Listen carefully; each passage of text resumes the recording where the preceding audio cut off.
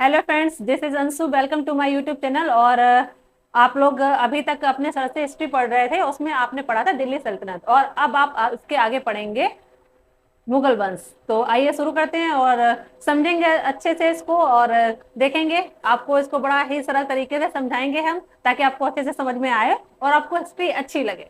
तो आइए देखते हैं। मुगल वंश ये एक ऐतिहासिक वंश है जिसने हिंदुस्तान पर सबसे अधिक वर्षों तक शासन किया है। मतलब इसने 331 वर्षों तक शासन किया है। ये शासन काल रहा है 1526 से लेकर 1857 तक, जिसमें से 1526 से लेकर 1857 तक में आप पढ़ेंगे 1526 से लेकर 1707, जो मध्यकालीन भारत में पढ़ेंगे। ये आपका बाबर के भारत आने से लेकर के औरंगजेब की मृत्यु तक रहेगा। उसके बाद जो आप 1707 से लेकर 1857 तक जो पढ़ेंगे, ये आपका आधुनिक भारत में पढ़ेंगे, क्योंकि इसके बाद औरंगजेब मृत्यु के बाद आपका आधुनिक भारत शुरू हो जाता है। तो इसलिए अभी हम लोग मुगल काल में आ जाते हैं वापस, और हम लोग पढ़ेंगे मुगल वंश।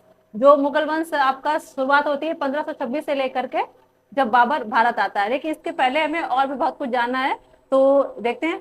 जो मुगल वंश है, इसको आपके इतिहास का, भारतीय इतिहास का द्वितीय स्वर्ण काल कहते हैं। और द्वितीय स्वर्ण काल इसको क्यों कहते हैं? क्योंकि इसलिए कहते हैं क्योंकि जो मुगल वंश था, ये एक ऐसा वंश था जिसके शासनकाल में सबसे ज्यादा हर चीज अपने चरम पर पहुंची, मतलब अपने उत्कर्ष तक। जैसे जो बाबर था, इसको सबसे ज्यादा बागवानी का शौक था, हॉर्टिकल्चर का, तो इसने सबसे ज्यादा बागवानी लगवाई, मतलब जहां गया वहां बाग लगवाए। ये इसको बहुत पसंद था। इसके बाद जो इसका पोता होता है अकबर, उसके काल में साहित्य, क्योंकि अकबर को साहित्य बहुत पसंद था, उसी के काल में जो आपने देखा रामायण है, रत्नामा है, इन सभी का उसने फारसी भाषा में अनुवाद किया। और जो बाबर की अपनी आत्मकथा थी बाबरनामा, उसका भी इसने फारसी भाषा में अनुवाद किया, और उसकी जो राजकीय भाषा बनी थी फारसी, वो अकबर के शासनकाल में बनी। इसीलिए अकबर के शासनकाल को साहित्य का स्वर्णकाल कहते हैं। उसके बाद जो अकबर का पुत्र हुआ जहांगीर, उसके शासनकाल को चित्रकला का स्वर्णकाल कहा जाता है। और चित्रकला का स्वर्णकाल इसलिए कहा जाता है क्योंकि जो जहांगीर था, उसको चित्रकला में ज्यादा रुचि थी। यहाँ तक जहांगीर कहता था कि अगर जो एक पेंटिंग में अगर जो 4-5 चित्रकार भी कोई नाक बना देता है, कोई मुंह बना देता है, या कोई आंख बना देता है, तो वो आसानी से बता सकता था किस चित्रकार ने आंख बनाई है, किस चित्रकार ने नाक बनाई। वो तो अच्छे से डिफाइन कर सकता था, मतलब उसको इतनी नॉलेज थी। तो इसलिए जहांगीर के शासनकाल को चित्रकला का स्वर्णकाल कहा गया। उसके बाद जो जहांगीर का पुत्र हुआ शाहजहां, उसके शासनकाल को स्थापत्य कला, उसको स्वर्णकाल कहा गया। क्योंकि आपको तो पता है शाहजहां ने अपनी पत्नी जो मुमताज बेगम थी, उनकी याद में ताजमहल बनवाया था, और जो एक स्थापत्य कला का एक सबसे बड़ा उदाहरण है, और उसमें इतनी अच्छी नक्काशी वगैरह की गई है, आयतें लिखवाई गई हैं। तो इसीलिए जो स्वर्ण काल रहा है स्थापत्य कला का, वो शाहजहां का रहा है। इसीलिए जो मुगल वंश है, उसको भारतीय इतिहास का द्वितीय स्वर्णकाल कहते हैं। अब आप सोच रहे होंगे ये द्वितीय स्वर्णकाल है, तो पहला स्वर्णकाल कौन सा होगा? तो पहला स्वर्णकाल आपने शायद पढ़ा हो, प्राचीन भारत में जो गुप्ता पीरियड रहा था, मतलब जो गुप्त काल रहा था, उसको भारत का, भारतीय इतिहास का प्रथम स्वर्णकाल कहा गया है। तो इसमें हम लोग महान शासकों या बादशाहों के बारे में पढ़ेंगे, जिसमें आप 6 जो महान शासक हुए हैं, बाबर, बाबर के बाद हुमायूं, अकबर, जहांगीर, शाहजहां और औरंगजेब, इनको हम मध्यकालीन भारत में पढ़ेंगे। ठीक है, तो हम लोग शुरुआत करते हैं बाबर से। बाबर बाबर जिसका जन्म 14 फरवरी 1483, 14 फेब 1483 में फरगना, एक छोटा सा शहर है तुर्की में, वहां पर इसका जन्म हुआ था। और इसके पिता थे उमर शेख मिर्जा, और माता थी कुतलुक निगार बेग। तो आपको ये पता होना चाहिए कि जो बाबर था, ये जो इतने खतरनाक वंशज से था, इसके जो पिता थे ये तैमूर वंश से थे। और आपको पता है तैमूर ये 1398 में भारत आया था, और ये उस टाइम शासन चल रहा था तुगलक वंश का, नसरुद्दीन महमूद का। ठीक है, और इसने उस टाइम आकर के बहुत ही नरसंहार किया था। ये बहुत ही क्रूर प्रवृत्ति के थे। और ये जो चंगेज खान है, ये आया था जब गुलाम वंश चल रहा था इल्तुतमिश 1221 में, तब ये भारत आया था। तो ये इन्हीं का वंशज है। तो आप सोच लीजिए कि बाबर किस तरह का रहा होगा, जिसके अंदर ऐसे खूंखार लोगों का, रगों में जो खून उसके दौड़ रहा था। तो आप सोचिए इसने भारत में किस तरीके से आकर के शासन किया होगा। तो हम लोग देखते हैं, ये पितृपक्ष से 5वां वंशज था, और माता की तरफ से 14वां वंशज था। अब जब क्या होता है कि बाबर 14 फरवरी को 1483 में पैदा हुआ था और फरगना एक छोटी सी जगह थी, वहां पे इसके पिता शासन कर रहे थे। लेकिन 1494 में इसके पिता की मृत्यु हो जाती है। 1494 में जब इसके पिता की मृत्यु हो जाती तो उस समय बाबर मात्र 11 वर्ष का था। कितने वर्ष का था? 11 वर्ष का। और 11 वर्ष की आयु में ही इसको फरगना फरगना का शासन संभालना पड़ा। लेकिन इसकी उम्र इतनी कम थी जिस वजह से जो फरगना के और जो प्रभुत्व वर्ग के लोग थे उन लोगों ने क्या किया, बाबर को वहां टिकने नहीं दिया और उसको वहां शासन नहीं करने दिया और उसको वहां से भगा दिया। तो बाबर बेचारा क्या करता, छोटा सा तो था ही, तो उसने वहां से क्या किया, पलायन कर लिया और वहां से वो भाग गया। इसके बाद वो पहुंचा तैमूर, जो उनका पैतृक था समरकंद जगह। तो समरकंद में जो पहुंचा तो वहां पे इनके जो पूर्वज थे वो शासन कर रहे थे। तो बाबर पहुंचता है समरकंद और 1494 से लेकर के 1502 तक ये कहां शासन करता है? समरकंद में। लेकिन समरकंद पहुंचने के बाद भी बाबर को कोई राहत नहीं मिलती, क्योंकि यहाँ पर पहुंच तो वो शासन तो करता है, लेकिन यहाँ पे सबसे ज्यादा शक्तिशाली थे उज्बेक शासक। वो इतने ज्यादा शक्तिशाली थे कि उन्होंने क्या किया, बाबर को यहाँ टिकने ही नहीं दिया और यहाँ पे उज्बेक शासक ने क्या कर दिया, आक्रमण कर दिया। तो 1502 में ही इनका युद्ध होता है, सर ए पुल का युद्ध। सर ए पुल का युद्ध, बैटल ऑफ सर ए पुल, जो होता है बाबर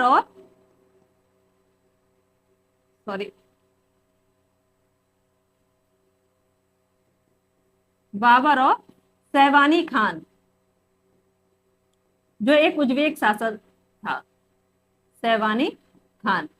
इस युद्ध में क्या होता है, सैवानी खान क्योंकि बहुत शक्तिशाली राजा था, उसने क्या किया, बाबर को हरा दिया। और बाबर को क्या हुआ, बाबर का यहाँ भी ठिकाना नहीं लगा और बाबर को यहाँ से भागना पड़ा और ये जाकर के पहुंचा जाकर के अफगानिस्तान। और अफगानिस्तान जाकर के इसने काबुल और कंधार पे कब्जा किया और वहां जाकर इसने शासन किया।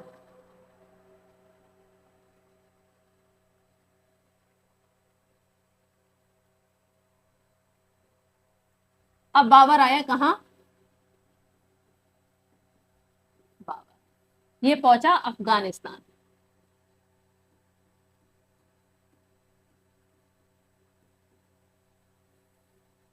और इसने यहाँ पे शासन किया आकर के 1504 काबुल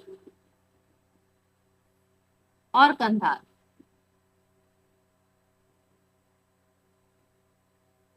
और अपनी राजधानी बनाई इसने काबुल को।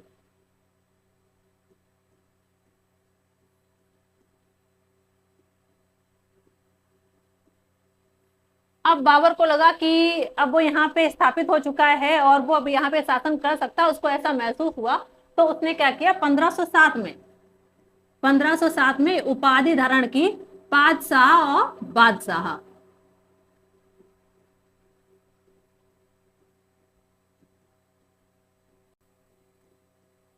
इसका अर्थ होता है एक स्थिर शासक।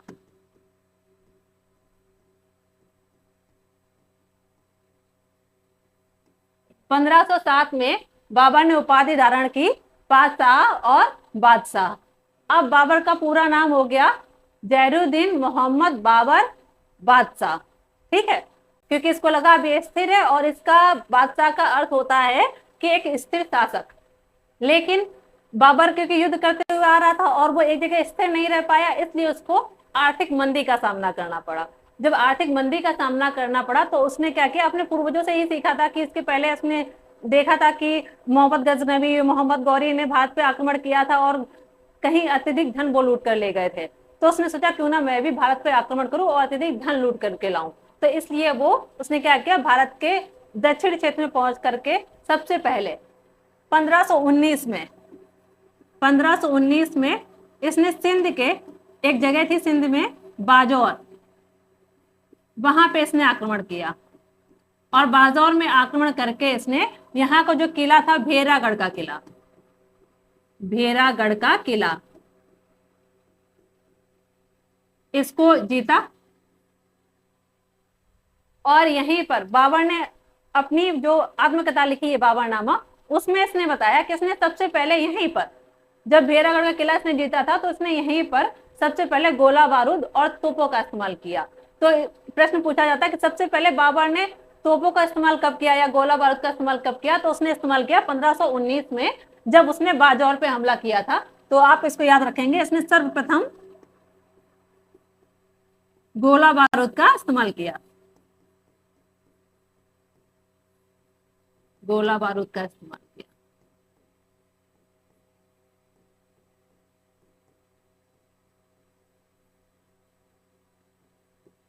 लेकिन अभी इसको इतना धन प्राप्त नहीं हो पाया था कि इसका काम चल जाए, इसलिए इसने ये आगे बढ़ गया और इसने आगे जाकर के 1520 से लेकर के 1521 तक, 1520 से लेकर के 1521 तक इसने क्या किया, सिंध और कश्मीर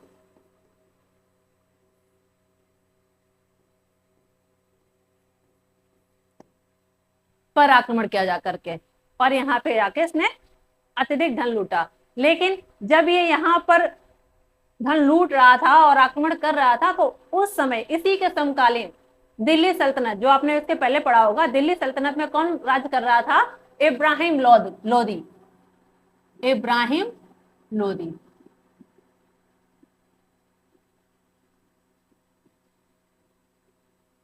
जो लोदी वंश का शासक था और ये दिल्ली सल्तनत पर राज कर रहा था, ये एक सुल्तान था। तो क्या होता है कि जो इब्राहिम लोदी था, इसका व्यवहार अच्छा नहीं था। इसके पहले जो इसके पूर्वज रहे थे बेलोर लोदी, जिन्होंने लोदी वंश की स्थापना की थी, तो जब वो शासक बने थे तो उस टाइम जो अफगान अमीर थे वो ये चाहते थे कि, क्योंकि ये अफगान था, ये आपको याद होना चाहिए कि जो लोदी वंश है ये पहला अफगान वंश रहा है, पहला अफगान वंश, पहला अफगान वंश।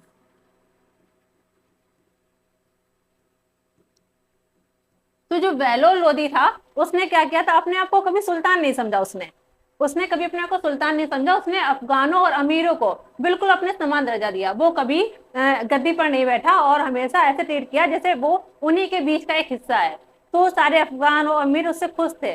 और जो सिकंदर लोदी था वो इससे थोड़ा बेटर था, बेलोर लोदी से मतलब इब्राहिम लोदी से थोड़ा बेटर था। और आपको पता होना, जो सिकंदर लोदी था उसी ने आगरा शहर की स्थापना की थी, और उस समय जो लोदी वंश की राजधानी थी वो क्या थी, आगरा थी। इनकी राजधानी क्या थी, आगरा। और आगरा शहर को बसाया किसने था, सिकंदर लोदी ने, सिकंदर लोदी ने। कब, 1504 में आगरा शहर बसाया था। तो जो ये आपका इब्राहिम लोदी था, इसका व्यवहार इतना खराब था कि ये क्या करता, जो अफगान थे उनको बहुत बेइज्जत किया करता था, कि ये सबके सामने उनकी इंसल्ट कर देता था। तो ये लोगों को बर्दाश्त नहीं हो रहा था। तो इसी वजह से जब बाबर को लोगों ने देखा, उस टाइम जो इसका पंजाब का जो गवर्नर था या पंजाब का जो सूबेदार था, दौलत खान लोदी, पंजाब का सूबेदार,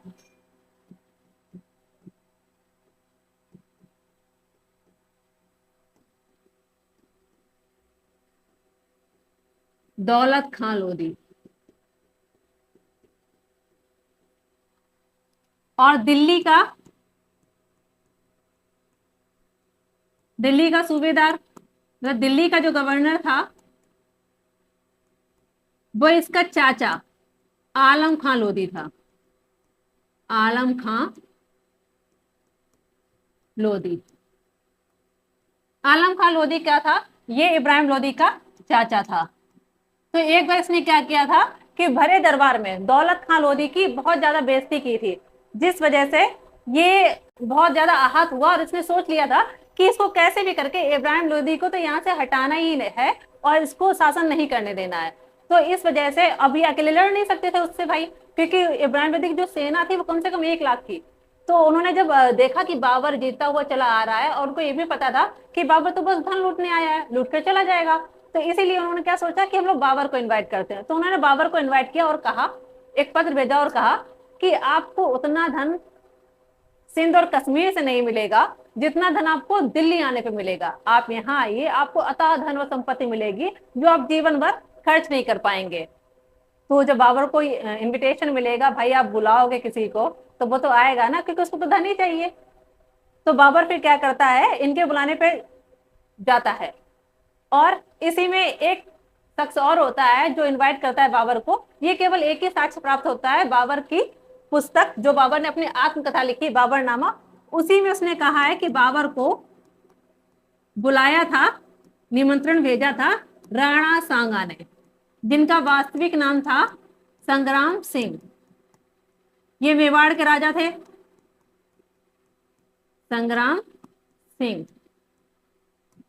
ये मेवाड़ के राजा थे। और इन्होंने बाबर को इनवाइट किया था कि उनको क्या लग रहा था कि बाबर आएगा, धन लूट ले जाएगा और फिर से अपने देश वापस चला जाएगा, जैसे इसके पूर्वज आए थे और धन लूट कर वापस चले गए थे। तो राणा सांगा ने भी इसको इनवाइट किया था। और ये किसमें पता चलता है हमें? बाबरनामा में। तो आपका अब एक ऐतिहासिक युद्ध होगा और एक ऐतिहासिक निर्णय होगा और अब भारत बदलने वाला है, ठीक है।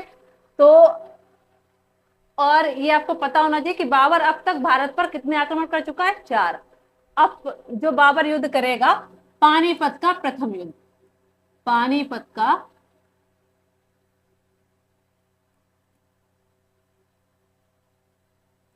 प्रथम युद्ध,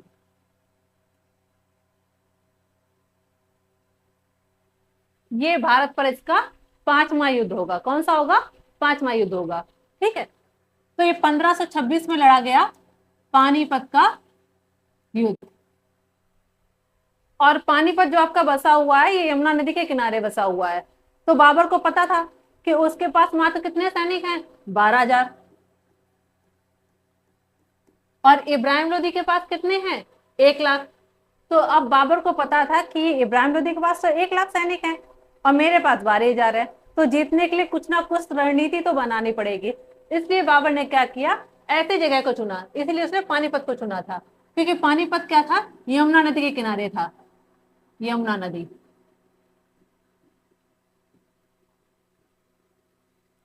तो बाबर ने जो रणनीति बनाई, उसने क्या किया? यमुना नदी के किनारे अपनी सेना को रोका और उसने क्या किया? एक ट्रायंगल बनाया इस तरीके से, ठीक है। और उसने क्या किया? इधर क्या था? इसने क्या किया? ये खाई खुदवा दी। ये क्या खुदवा दी इसने? खाई। अब इधर क्या है? इधर नदी और इधर खाई, क्योंकि उनके भाई सैनिक ज्यादा थे। अब बाबर ने क्या? अपने सैनिकों को, और यहाँ पे एरिया कैसा हो गया? सकरा हो गया, ठीक है। अब उसने अपने सैनिकों को इस तरीके से लगा रखा था। यहाँ तो उसके सैनिक लगे हुए थे और यहाँ पे उसने क्या किया? अपनी तोप बिछवा दी। तो ये जो इसका तरीका था, इसको बोलते हैं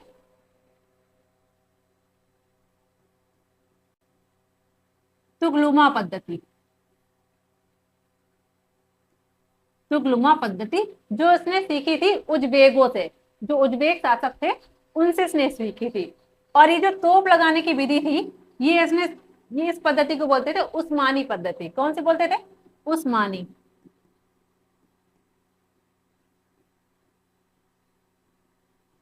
उस्मानी पद्धति या रूमी पद्धति।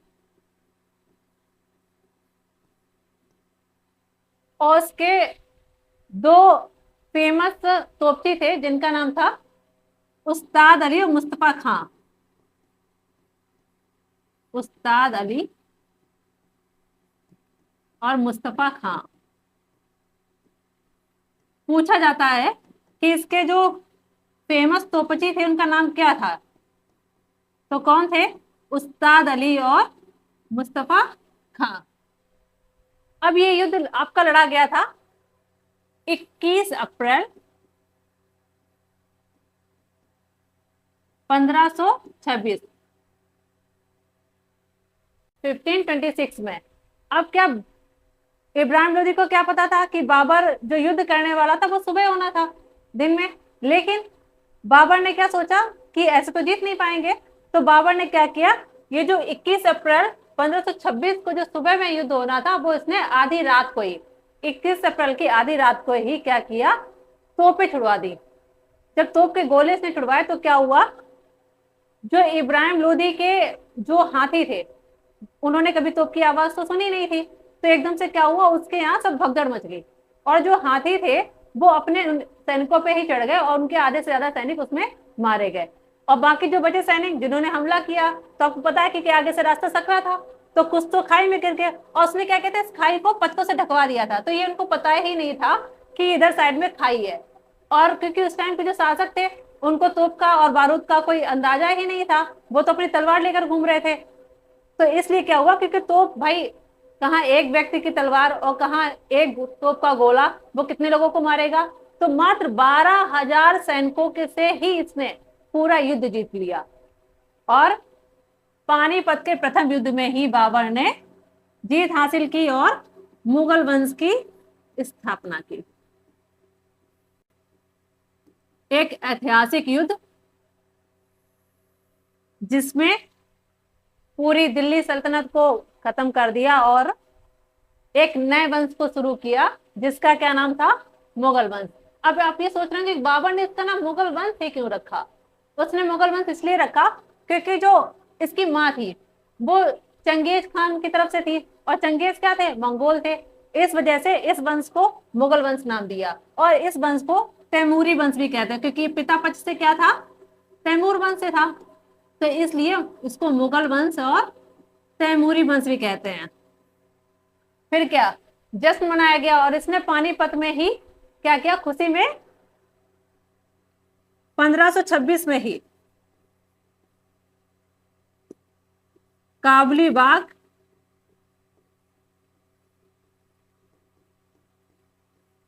और काबुली मस्जिद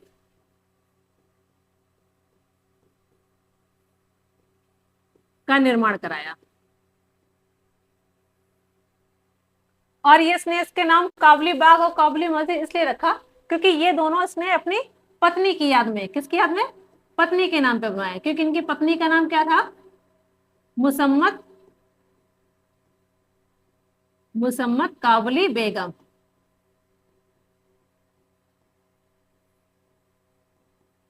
और मैंने आपको पहले ही बताया था कि जो बाबर था इसको बागवानी का बहुत शौक था, तो इस वजह से ये जहां जा रहा तो इसने बागों का निर्माण कराया। ठीक है, तो इसने काबुली बाग और काबुली मस्जिद बनाई किसकी याद में, अपनी पत्नी की याद में।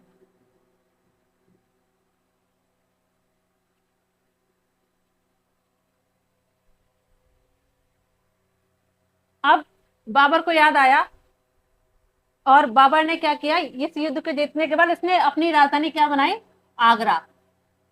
पानीपत का युद्ध जीतने के बाद इसने अपनी राजधानी बनाई आगरा।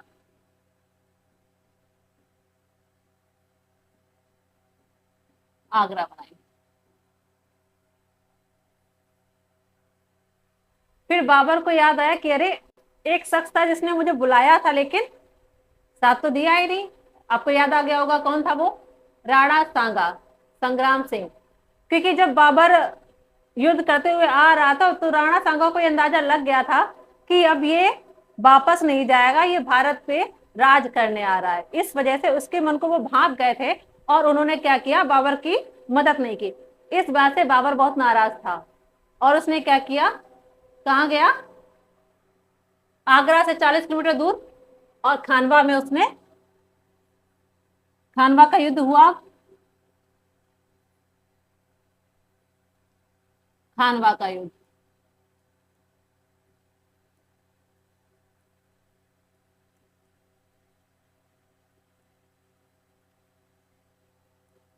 पंद्रह सौ 27 में। और खानवा का युद्ध लड़ा गया बाबर, राणा सांगा,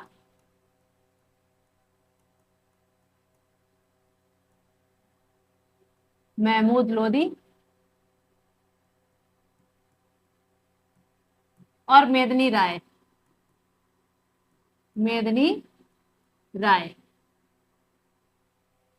राणा सांगा तो आप जानते ही ये मेवाड़ के राजा थे संग्राम सिंह। महमूद लोदी जो इब्राहिम लोदी का छोटा भाई था, मेदिनी राय ये मालवा के शासक थे। अब उन्हें पता था बाबर को अकेले तो हरा नहीं पाएंगे, तो ये तीनों एक होगा क्योंकि ये सभी क्या चाह रहे थे, बाबर को भारत से निकालना चाह रहे थे। और बाबर को भी पता था कि इनसे युद्ध जीतना, भारत में रहना है तो राजपूतों को तो हराना ही पड़ेगा। तो बाबर ने को पता था, और जो इनकी सेना थी वो थोड़ी थक चुकी थी बाबर की। तो बाबर ने क्या किया, गया और अपनी सेना के पास गया और जाकर के अपनी सेना से कहा जाकर के कि हम यहाँ भारत आए थे इस्लाम धर्म का प्रचार करने, और अपनी गरीबी को दूर करने। तो आप क्या चाहते हैं कि हम फिर से अपने धर्म को नष्ट होने दें और जाकर के फिर से जंगलों में भटके? तो अगर जो आप चाहते हैं कि फिर से हम अपने धर्म को बढ़ावा दें और बढ़ाएं, तो हमें क्या करना चाहिए, इनको हराना चाहिए। तो इतना ज्यादा उन्होंने जोश भर दिया अपनी सेना के अंदर कि सेना ने बिल्कुल सोच लिया था कि नहीं, जीना मरना सब यही करना है, अभी जो कुछ करना है। तो अब जैसे इसी में पूछा जाता है कि बाबर ने जिहाद का नारा कब दिया था? तो खानवा के युद्ध में जिहाद का नारा दिया। जिहाद, जिहाद मतलब इस्लाम धर्म का प्रचार करना। जिहाद का नारा दिया कब दिया? खानवा के युद्ध में। और इसी युद्ध में बाबर ने एक उपाधि धारण की, स्वयं उपाधि धारण की, गाजी की। और गाजी का अर्थ होता है काफिरों का हत्यारा। काफिरों का हत्यारा।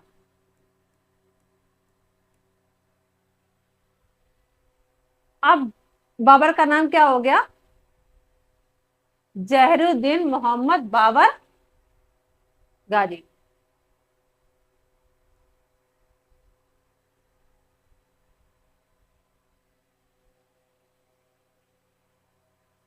इसे जिहाद का नारा दिया और गाजी की उपाधि धारण की। और गाजी का अर्थ होता है काफिरों का हत्यारा, मतलब जो गैर मुस्लिम, काफिर कहते हैं गैर मुस्लिम को, ठीक है। और इस युद्ध में राणा सांगा बुरी तरीके से घायल हो जाते हैं और वो क्या करते हैं, युद्ध छोड़कर भाग जाते हैं। और ये युद्ध, खानवा का युद्ध, बाबर जीत जाता है। और जब राणा सांगा इस युद्ध से भाग जाते हैं घायल होकर के, तो ये राजपूतों को पसंद नहीं आता और वो क्या करते हैं, राणा सांगा को जहर देकर मरवा देते हैं। अब इसके बाद क्या होता है, 1527 में खानवा का युद्ध हुआ। अब क्योंकि इसमें साथ किसने दिया था? मेदिनी राय ने। तो अब किसका नंबर आएगा? मेदिनी राय का। तो 1528 में युद्ध लड़ा जाएगा, चंदेरी का युद्ध।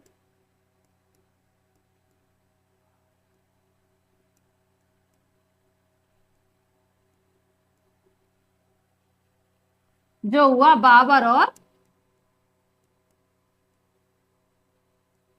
मेदिनी राय।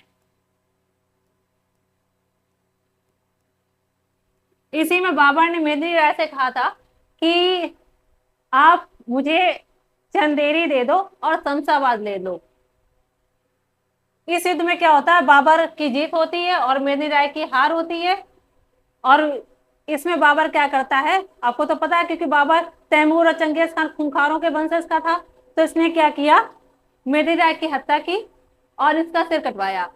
मेदिनी राय का सिर कटवाया, इसके सारे मंत्रियों, सेनापतियों का सिर कटवा करके पूरे शहर में घुमाया और इनके सिरों की मीनारें बनवाई। मतलब वो जनता को दिखाना चाह रहा था, लोगों को बताना चाह रहा था कि देखिए जो हमसे पंगा लेगा तो उसका क्या हाल होगा, मतलब। तो वो ये दिखाना चाह रहा था। अब इसके बाद क्योंकि बाबर लगातार युद्ध जीत रहा था और जीतता जा रहा था, तो भाई खुशी का माहौल था। तो बाबर ने क्या किया, चंदेरी के युद्ध के बाद बहुत बड़ा जश्न मनाया इसने।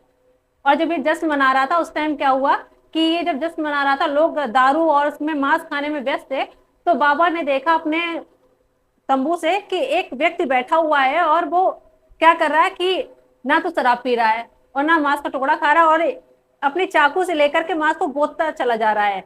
मतलब कुछ सोच रहा है और कुछ कर रहा है। बाबर उसको देखता है और सोचता है कि इसमें जरूर कुछ गड़बड़ है, और वो अपने एक सैनिक को बुलाता है और कहता है कि इस व्यक्ति पे नजर रखना, क्योंकि मुझे ऐसा लग रहा है, एक तो इसके चेहरे पे इतना सारा तेज दिख रहा मुझे, और मुझे लग रहा है ये मुगल वंश के लिए खतरा बनेगा। और वो जो व्यक्ति जिसने बाबर के साथ युद्ध लड़ा था चंदेरी का, वो कोई और नहीं था, उसका नाम था उस सैनिक का फरीद खान, जो आगे चल करके हुमायूं को हरा करके सूरी वंश की स्थापना करेगा और शेरशाह सूरी कहलाएगा। तो ये वही व्यक्ति था। इसने क्या किया, जब बाबर अपने सैनिक से कह रहा था तो इसने क्या किया, सुन लिया। तो ये जब इसने सुन लिया तो ये वहां से भाग निकला और जाते जाते बाबर के सैनिकों से बोल के गया कि खुदा ने अगर जो चाहा और मुझे मौका दिया तो मैं एक दिन ये मुगलों को भारत से निकाल फेंकूंगा। और ये शेर शाह सूरी जो अभी फरीद खान है, जाएगा और किससे मिल जाएगा, अफगानों, मतलब इब्राहिम लोदी के छोटे भाई महमूद लोदी से मिल जाएगा जाकर के, और उनकी सेना में शामिल हो जाएगा जाकर के। तो अब युद्ध होगा 1529 में, घाघरा का युद्ध, घाघरा का युद्ध।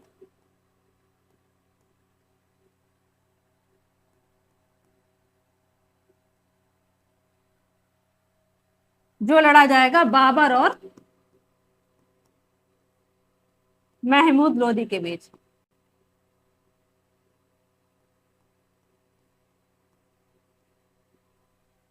और इस युद्ध में भी जानते हैं आप विजय किसकी होगी, बाबर की। महमूद लोदी को हरा देता है बाबर, लेकिन इस युद्ध में बाबर भी बहुत बुरी तरीके से क्या होता है, घायल हो जाता है, और वो इतना घायल हो जाता है कि वो आगे सरवाइव नहीं कर पाता है, और बाबर की 26 दिसंबर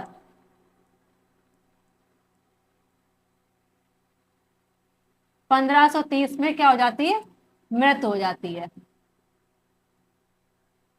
और बाबर की अपनी अंतिम इच्छा थी, क्योंकि इसने सबसे ज्यादा समय काबुल में बिताया था, तो इसने कहा था कि जब भी कभी इसकी मृत्यु हो तो इसको काबुल में दफनाया जाए, लेकिन उस समय हालात अच्छे नहीं थे, तो बाबर को दफनाया गया था, जो इसने आगरा में एक बाग बनवाया था, आराम बाग, आराम बाग, उसी में इसको दफनाया गया था, आराम बाग, जिसको नूरे अफगान भी कहते थे, नूरे अफगान, इसमें दफनाया गया। तो पूछा जाता है कि बाबर को मतलब ऐसा कौन सा मुगल शासक था जिसको 2 बार दफनाया गया था, तो वो बाबर था, जिसको 2 बार दफनाया गया, पहले आगरा में, उसके बाद काबुल में इसको दफनाया गया था। और इसको दफनाया था इसकी पत्नी, जो इसकी दूसरी पत्नी थी, उसने इसको जाकर के काबुल में दफनाया था जाकर के। आपको पता होना चाहिए कि बाबर को शौक किसका था, बाबर को बागवानी और ढोल नगाड़ों का बहुत शौक था।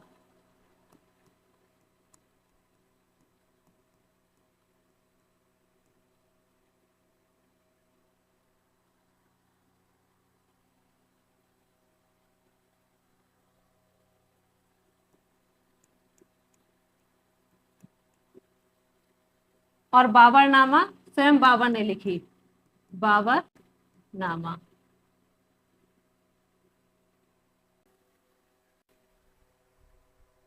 जब बाबर ने पानीपत का युद्ध जीता था, तो मैंने आपको बताया था कि उसने काबली बाग और काबली मस्जिद का निर्माण करवाया था।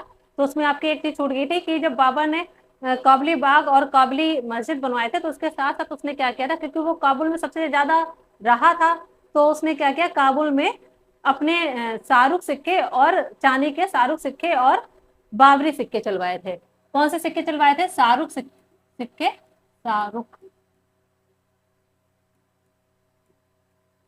सिक्के और बाबरी सिक्के चलवाए।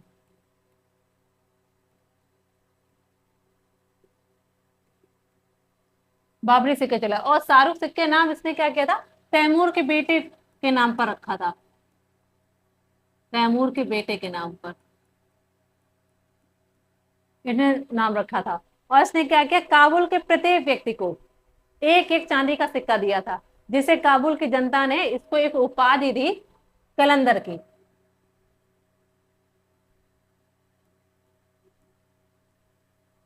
कलंदर की उपाधि,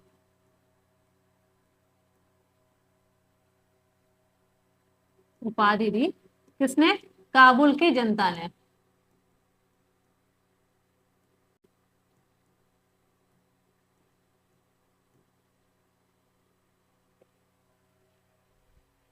और कलंदर का अर्थ होता है दानवीर या दानी, दानवीर या दानी।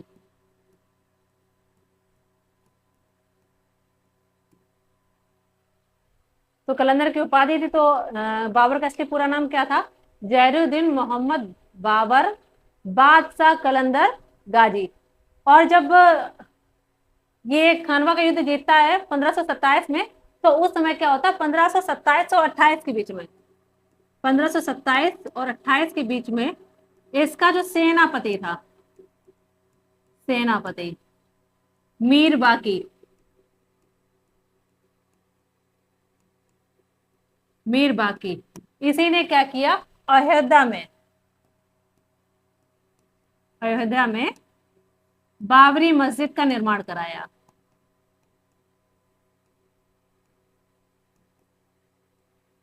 और आपको पता है कि ये सबसे विवादित मस्जिद रही है। ठीक है, तो आपने पढ़ा मुगल वंश कैसे इसकी शुरुआत हुई, और इसकी अभी शुरुआत हुई है, इसके आगे अभी आप पढ़ेंगे बाबर के पुत्र हुमायूं को, और उसके बाद फिर आप इसी में पढ़ेंगे अकबर, शाहजहां, औरंगजेब, इन सभी को पढ़ेंगे। तो यहीं से देखते हैं आगे। देख थैंक यू फॉर वॉचिंग। अगर जो आपको वीडियो अच्छा लगे तो प्लीज इसको लाइक कीजिए, सब्सक्राइब कीजिए और शेयर कीजिए। धन्यवाद।